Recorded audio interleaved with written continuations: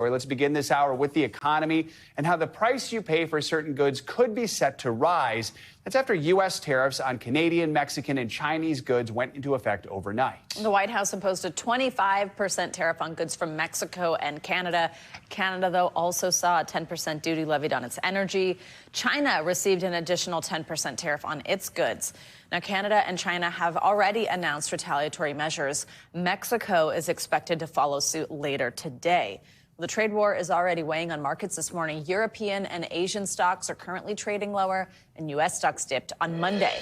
NBC News business and data correspondent Brian Cheung joining us to explain it all. Brian, good morning. So just give us more details on what's been announced so far and then the response we're seeing from trading partners. Yeah, well, I mean, look, for consumers, the expectation here is that prices for nearly everything could go up here. And that's because China and Canada and Mexico are such major trade partners with the United States. Starting off with Canada and Mexico, our neighbors to the north and south, autos is kind of the big one there. So actually, there were some estimates out there from the likes of the Anderson Automotive Group that estimated that a new car could cost you as much as $12,000 more per car if you do try to buy as a result of these tariffs. That's because we bring in so many parts from Mexico. We assemble a lot of these cars entirely in Canada and then bring them back into the United States. Could be like a double tariff situation in some of those cases. But it's also things like produce, things that we shop for at the store when it comes to fruits and vegetables, which we bring in from Mexico, in addition to potatoes that come in from Canada. So food prices are likely going to go up as well as a result of this 25% increase. Again, if you're an importer in the United States, you have to pay that 25% tariff. Well, then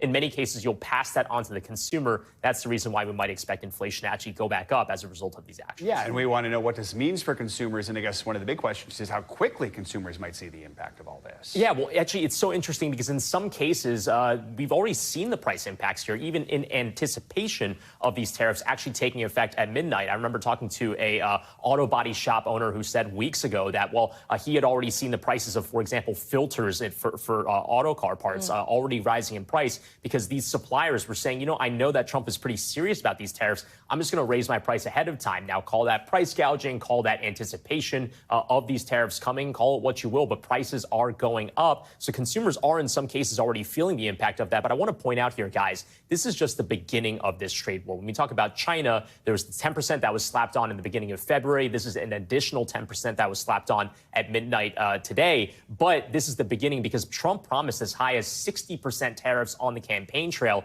You can imagine this is just kind of the beginning of this process. Brian, you mentioned it's like could be on just about anything you go to buy, but any ways, any tips to save money? Yeah, well, I mean, look, for right now, when it comes to just trying to hedge against it, some tips for you: clipping coupons, shopping at your local farms and markets, and joining neighborhood trade and swap groups. The idea is that if you do buy local, in some cases, you could find some savings there, even if maybe there's a bit of like an organic kind of premium to that. But look, at the end of the day, when it comes to just trying to hedge against all of this, there's only so much that you can do. So maybe try to take advantage of those memberships. Costco, for example, buy in bulk for some items. Don't try to hoard. That's not a good kind of approach here because you don't want to spend too much for things that's going to just expire anyway when it comes to things like produce. But again, just try to stay on your toes and keep your head on a swivel. We mentioned the stock market yesterday didn't perform terribly well. Is this perhaps short-term volatility, or should we be on the lookout for perhaps something more in the coming days? Yeah, about a 2% drop in the stock market just yesterday, but it's been a pretty rough few weeks as these tariff talks have kind of ramped up. It's basically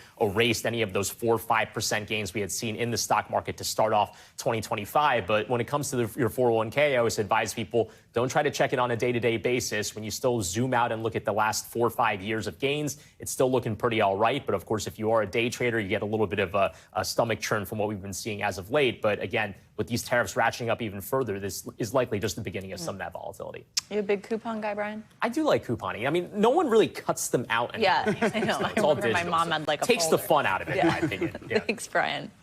Thanks for watching. Stay updated about breaking news and top stories on the NBC News app or follow us on social media.